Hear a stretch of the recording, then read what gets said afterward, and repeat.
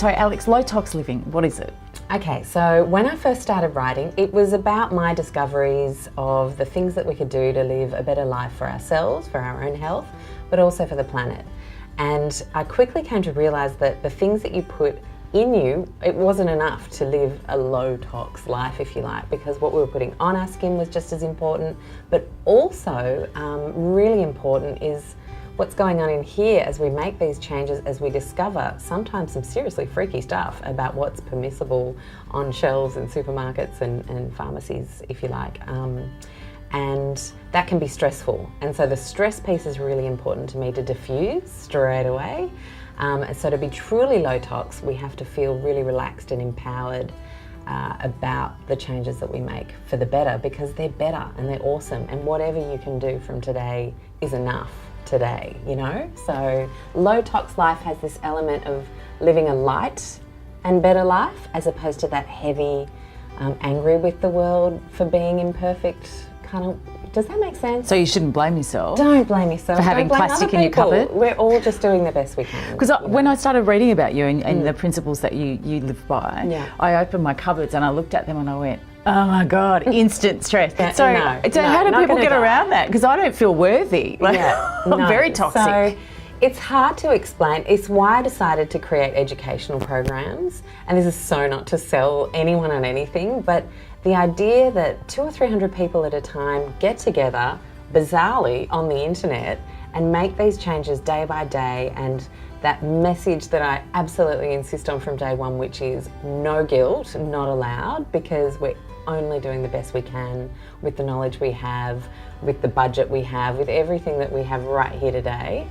And that's just, I think that gives people permission to be at whatever level they're at. And really, your level is going to be different from mine. I'm still making changes today. There'll be a bigger ticket project that I'm working on now that I've done all the little things. That's the next time we replace our mattress, you know? I'm not going to feel guilty every night, or despair, if you like. And so you just have to let go and go, okay, what's the little thing we're working on this week? Great, get the family on board, this is why, and just do what you can. So what do you start with? My favourite thing to start with is the body lotion, because obviously our skin is our biggest organ, and so we're like lathering on some pretty serious surface area there.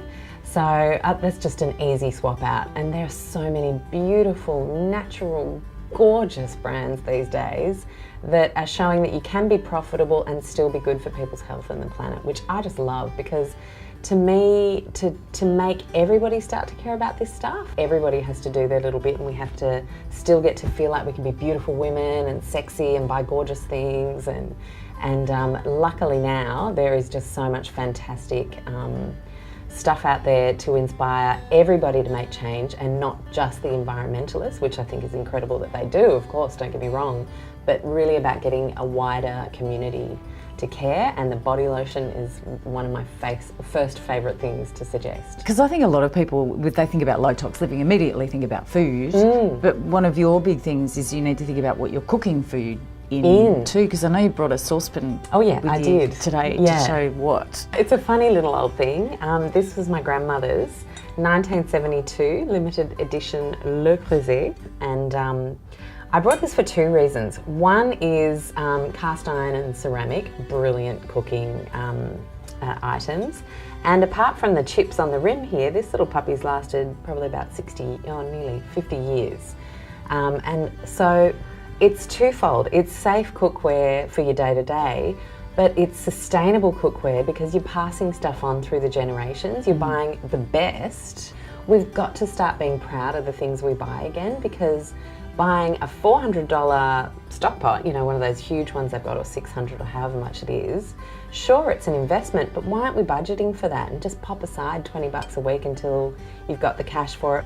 And then it's something that you're not filling up landfill with these cheap kind of crappy things that are on sale and the cheapest thing already and made from unsustainable materials and aren't going to last, and are off-gassing really weirdo things as we cook our food. I mean, if you look at Teflon, oh my gosh, when I found this out, I was just dumbfounded that this is allowed to happen. And Teflon is known to veterinary circles as being something that causes Avian flu, which is birds who inhale the gases from Teflon pans can die instantly from one single breath in, right? Wow. But the point is if that's doing that to birds, teeny tiny creatures, like it's doing it to us slowly, and you can actually read through the research that says flu symptoms can be had by people who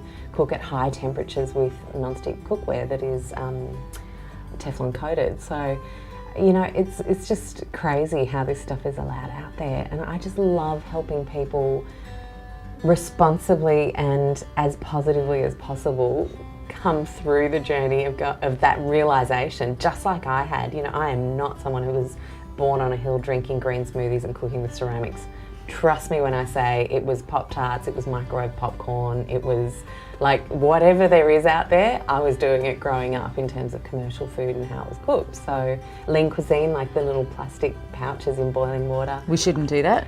Definitely no. Why? Yeah, because plastic leaches. So plastic and heat, they're not friends. It's the most perfect environment for plastic to permeate through the food. So basically. No Glad wrap over dishes when you're microwaving? No, just chuck a plate over a bowl if you use a microwave. That's the safest way to use it. Is microwaving okay? It's under debate. There's as many people that say yes as there are no. So it's not something I like to harp on about personally, because I think there are more important things where there's definite science behind making a better choice. You know, there's much more important things to focus on. Getting your message out there, what are some of the challenges that you face? It's quite often the partners. So quite often someone in the family quite often find it really hard to get their partners to understand why they want to make all these changes. So it's like a secondary glitch that we have to work on, and so I've actually made that a huge part about what we talk about, like how to help other people understand. You know, I remember when I first started getting into all this stuff, I'm pretty sure I lost a couple of friends because sometimes people feel threatened or they don't understand it, but getting the message out there now is just helping convince people realise that if you chunk it down to teeny tiny micro actions, it's super easy. It's definitely not more expensive in the long run because you start buying half as much, twice the quality, and that's across food and cosmetics and everything. It's just about giving people the confidence to go, you know what, yes, it'll be scary, but I'm going to do this because pretty much what we should all be doing this. And just to finish off, I know your role models were probably Bono and Bob Geldof, and you were going to join them in changing the world. Yeah. What made you veer away from them and head towards low tox living? What inspired you? It's so funny that you say that, because I remember hanging out with my first boyfriend when we were both at school, sitting on a rock at school waiting to go on. We were both musos for some sort of concert performance that night, and we were pretty much dreaming up what it'd be like to win a Grammy and get up there and give our Save the World speech. I was one of those kids who had like prejudice as ignorance on my wall in my bedroom, which is beautiful. I think that's lovely. I look back on my younger self and think, oh, you always wanted to do something and make a difference. I think I came out of that, unfortunately, and got sucked into that whole societal checklist thing. Got to get the good job, got to get the boyfriend, got to move in, got to get the family, and I think I really hit my stride in feeling that whole head-to-heart connection with work was when I started just helping people just like me feel better and do better for the planet. And it was just like this, oh my gosh, this feels great,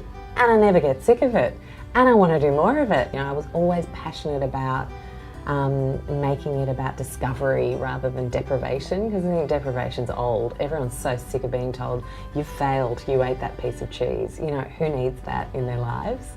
And so I really felt like my gift could maybe be to give people permission to be their own person on whatever speed of journey they're on, and to just hold their hand through it. It was just this weird morph that kind of presented itself, and last year I realised it was absolutely what I had to do, wanted to do. Everything kind of lined up. Well, because of you, I'm now going home to clean out my cupboards. Thank you. You're welcome.